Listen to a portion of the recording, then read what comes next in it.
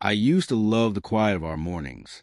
That soft kind of quiet, not the dead kind that presses on your ears, but the gentle hum of a house just waking up, the kettle bubbling, the subtle creak of the floorboards as she moved around the kitchen barefoot. I'd lie in bed just a bit longer, listening to her hum along to whatever song was playing softly on the speaker. Sometimes it was Fleetwood Mac. Sometimes it was nothing at all but the sound of her clinking a spoon against her mug. Her name is Anna. We'd been married 9 years. People used to say we were one of those couples that just made sense. And I believed it too. We had our routines, our shared jokes, our tiny rituals, like how she always handed me my coffee with both hands and a smile, or how we'd spend Sundays walking to the farmer's market. Even in the colder months, fingers laced together in our gloves. Our neighbor, Jason, had moved in across the street about 3 years ago. Divorced, early 40s, worked in construction, I think. He was friendly, the kind of guy who always waved when you pulled into the driveway. Tall, built like someone who lifted things for a living, and always had this easy charm about him. He helped me fix a busted fence gate once. Anna made him lemonade while we worked, and I remember thinking how nice it was to live somewhere where people still did that kind of thing. Nothing seemed off back then. I'd come home from work around 6:30 most nights. Anna worked from home, some kind of design consulting gig that let her set her own hours.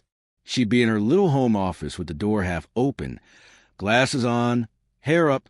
I used to love walking in and seeing her there, so focused, so beautiful without even trying. We'd eat dinner around 7, talk about our days. It all felt normal. Good, even. If there were cracks forming, I didn't see them. Or maybe I just didn't want to. It started with small things. They always say that, don't they? The signs you miss aren't fireworks. They're whispers. You only hear them when you look back. She started checking her phone more often. That alone isn't a crime. Everyone checks their phone. But Anna had always been present.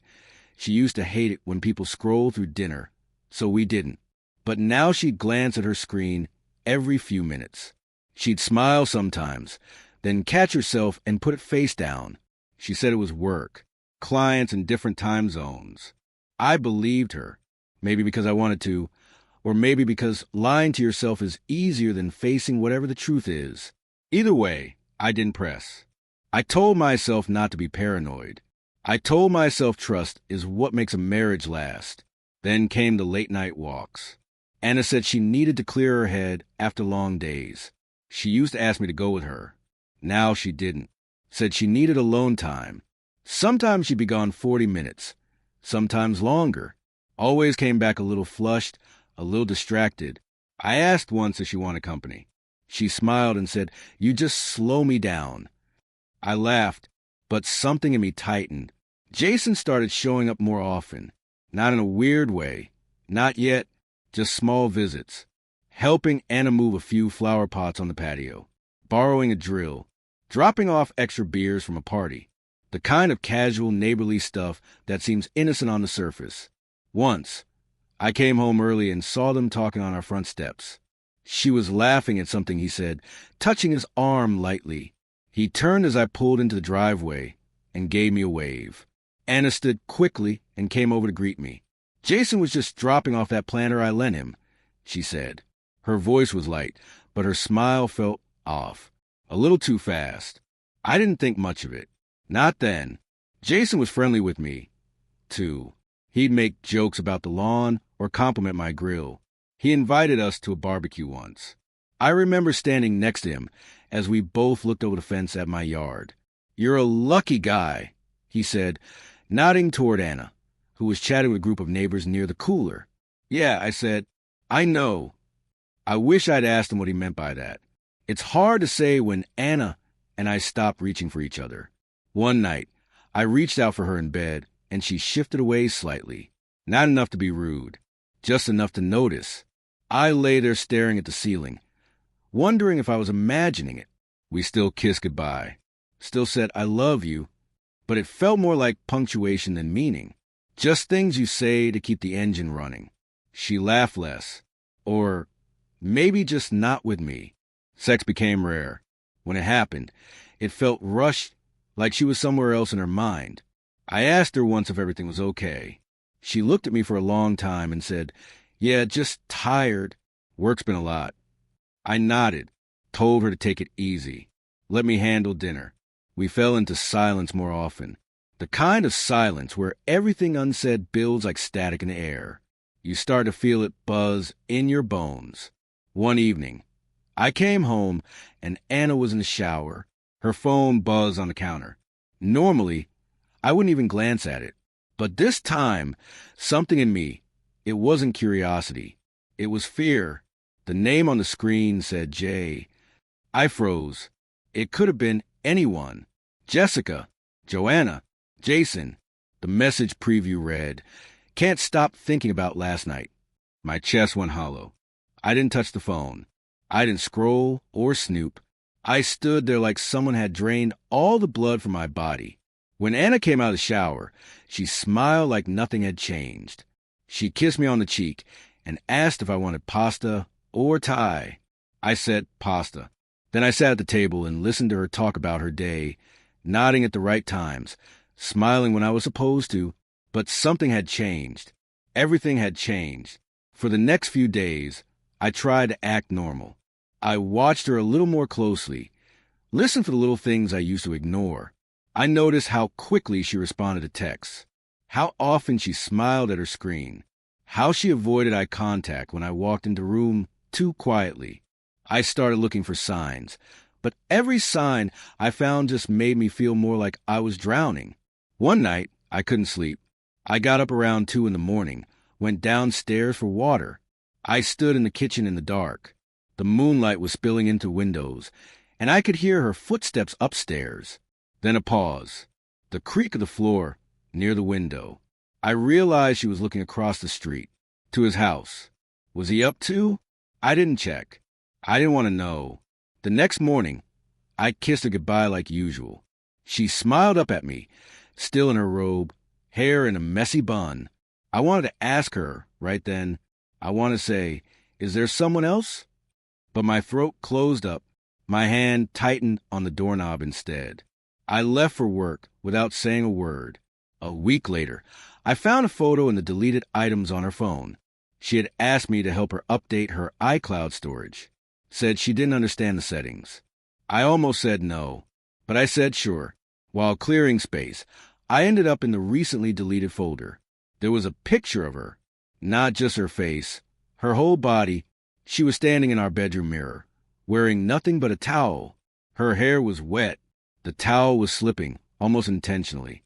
She hadn't sent that to me. I checked my text, my email, even old chat apps, just to be sure. That photo wasn't for me. My hands were shaking as I put the phone down. I stared at the wall for what felt like hours. That night, I couldn't eat. I told her I wasn't feeling well. She kissed my forehead, said, "Poor baby," and brought me tea. I watched her stir it slowly. She looked so calm. I wonder how long she'd been lying to me. The next few days passed like a bad dream that you keep waking up into. You know the ones where everything looks normal but nothing feels right. I went through the motions at work, typed emails, sat through meetings, nodded at the right times. But inside, it was all noise. At home, I watched her like someone waiting for a fire to catch. Every laugh, every glance at her phone, every text she didn't show me, it all felt like lighter fluid. I didn't ask her anything. Not yet. I think some part of me still wanted it not to be true. Like if I just waited long enough, it would all sort itself out. She'd come clean on her own, say it was nothing, say she loved me and only me, but she didn't. One evening, she told me she was going out to meet a friend, said it was just drinks. Someone from her old job. I nodded, watched her put on makeup she hadn't touched in months, watched her pick earrings and a dress she only wore on special occasions. "Don't wait up," she said with a smile, like she used to when we were dating and she'd have a late night with the girls. I waited up anyway.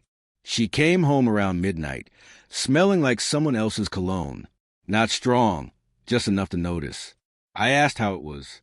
She said good, talked a bit too much about what they ate, how the cocktails were overpriced. But she never said her friend's name. That was the first time I knew for sure. The next day, I followed her. I left work early, told my boss I had a stomach bug, parked around the corner from a cafe. She said she liked to work from on Wednesdays.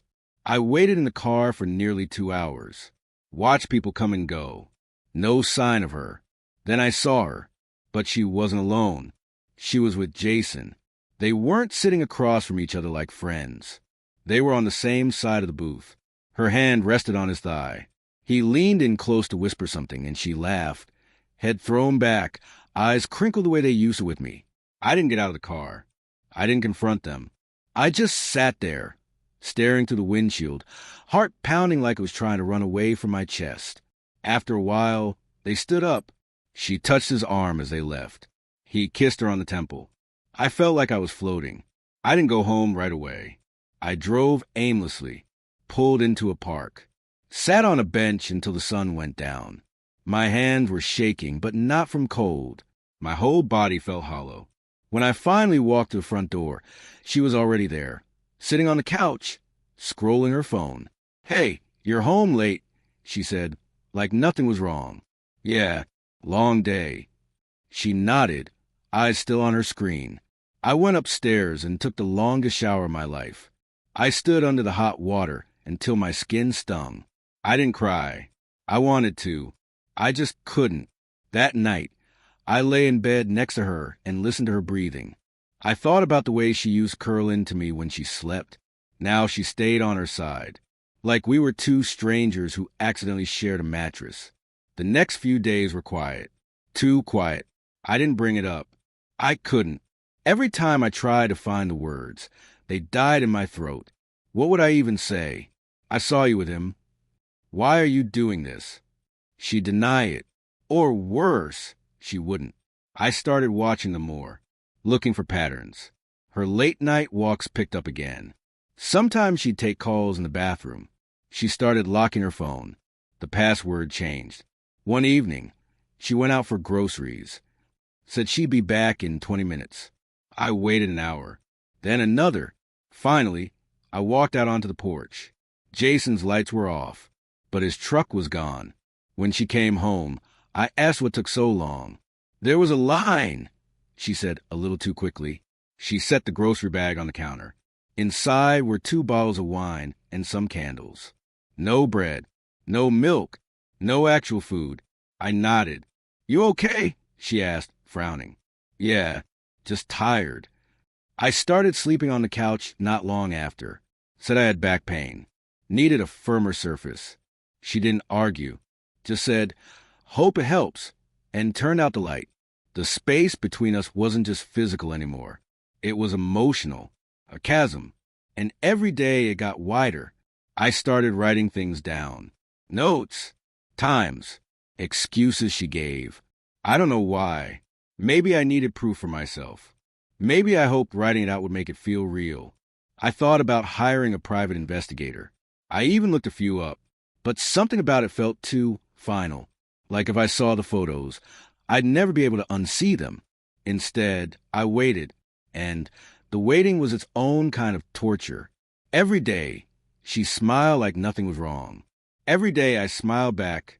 It felt like we were both actors in a play neither of us had auditioned for. Then one morning, everything changed. I was getting ready for work, brushing my teeth. She was in the bedroom, packing a bag, going somewhere. I asked, voice casual.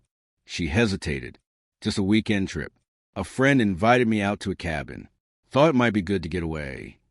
"Which friend?" She paused. "Megan. You haven't met her." I nodded. "Sounds nice." She looked at me. Really looked. "You okay?" I forced a smile. "Of course." She left that afternoon. I didn't follow her.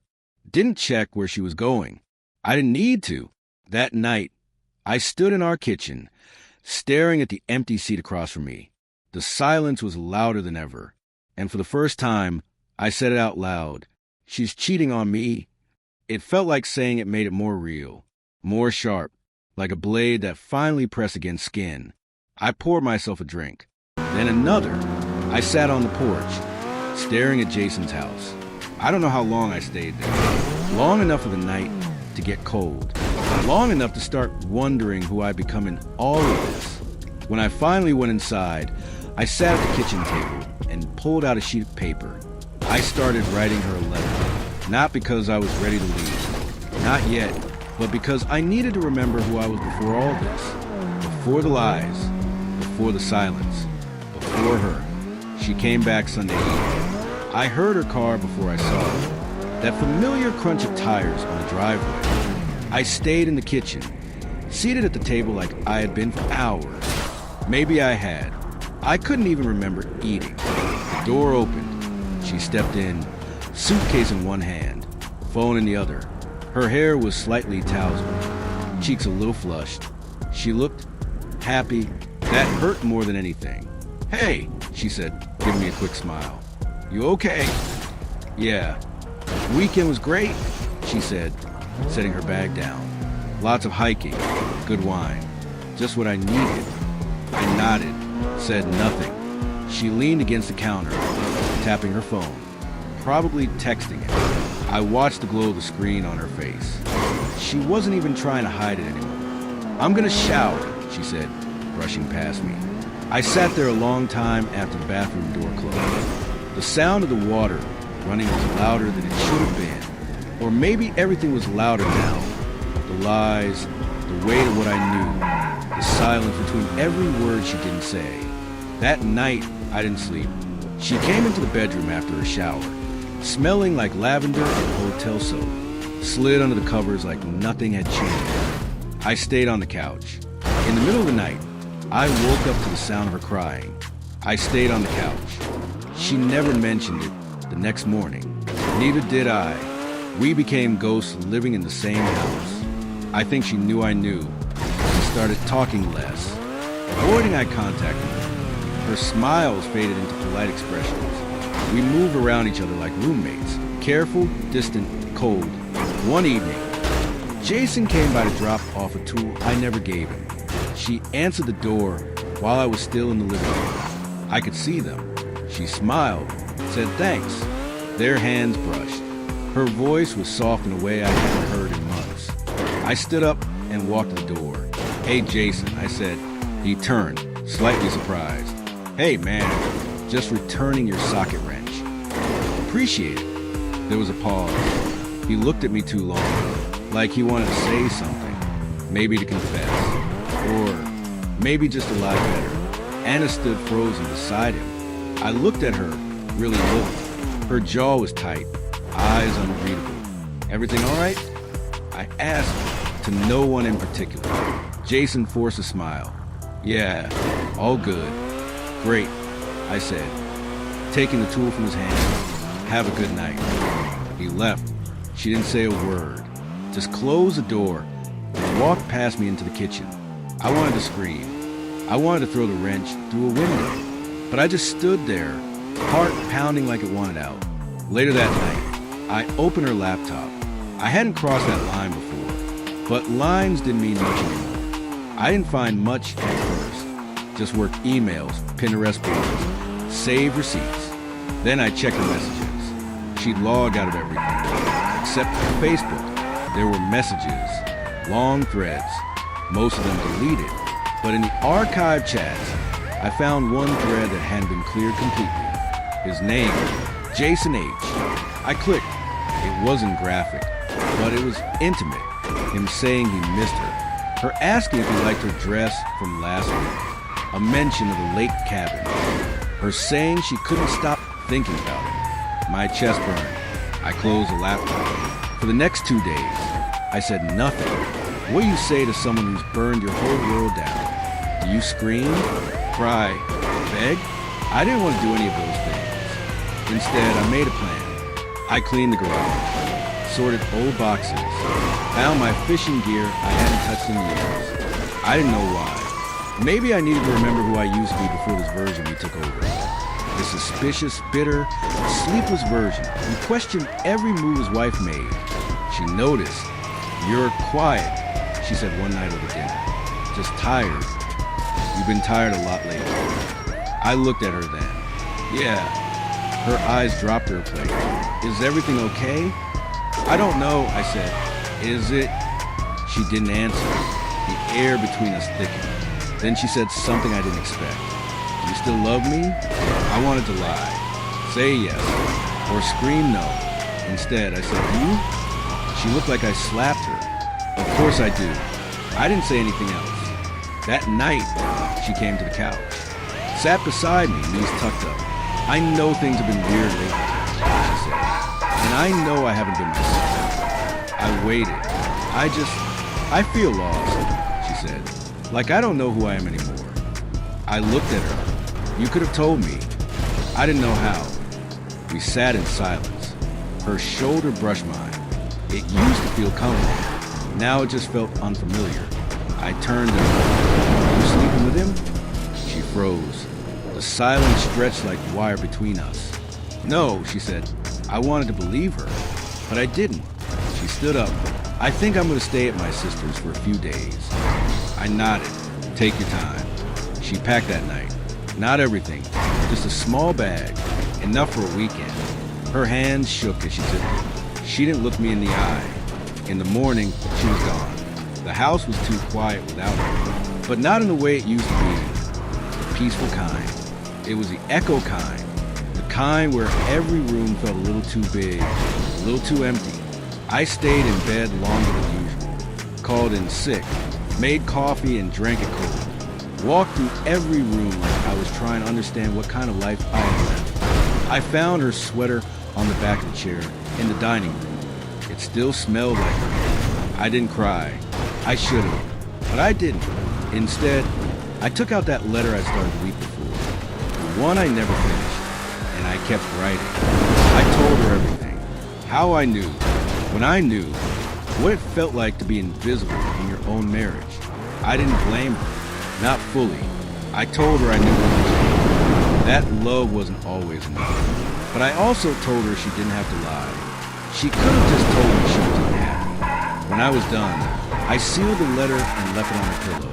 Then I packed the bag. Not because I was leaving for good, but because I needed to breathe again. I needed to remember what it felt like to live in a world where the walls didn't talk back in your voice. It's strange how fast a heart can change direction once it's finally allowed to stop breaking. 2 weeks passed since she left. She didn't call. Not once. Not even a text to ask if I was okay. If I ate, if I slept. The silence confirmed more than any words ever could. And in that silence, something shifted in me. The grief became fuel.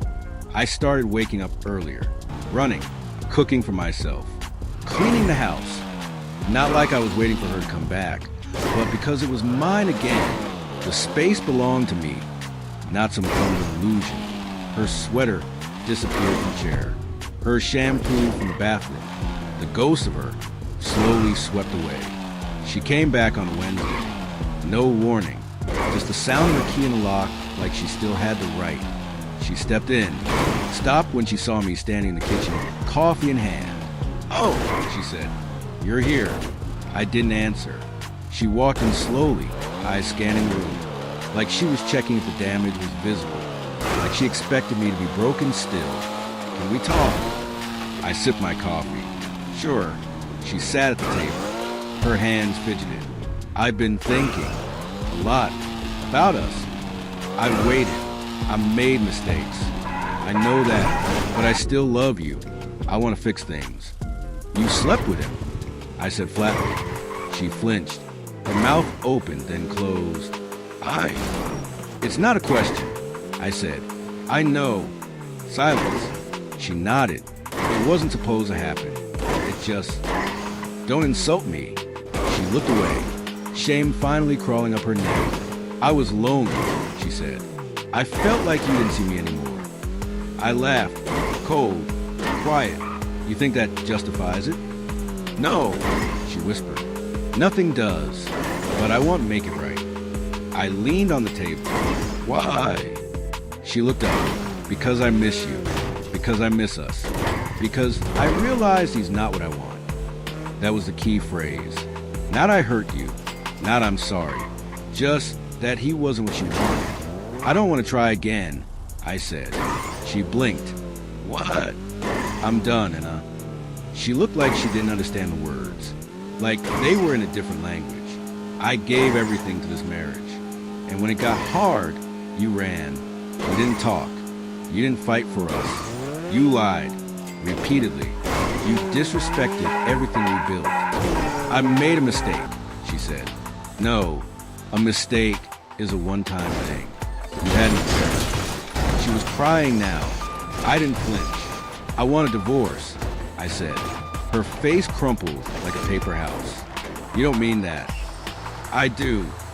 You're just angry. I said. Now I'm just free. She sobbed.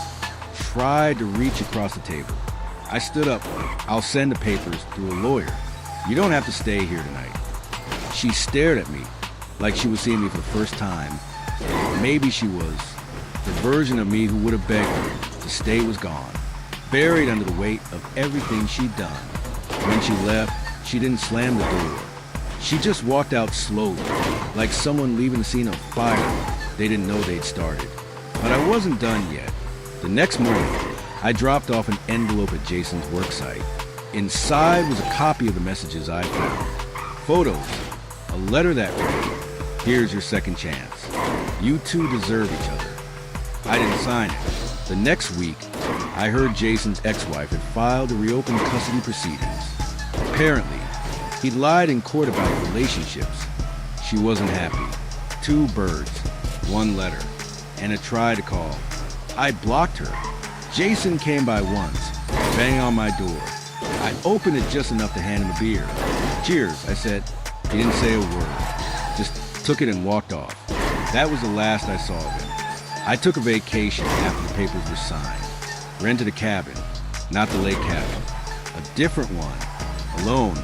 I sat on the porch every evening with a glass of bourbon, listening to the wind through the trees. Peace isn't loud. It doesn't shout when it arrives. It just takes your hand quietly and leads you out of the storm. I was okay.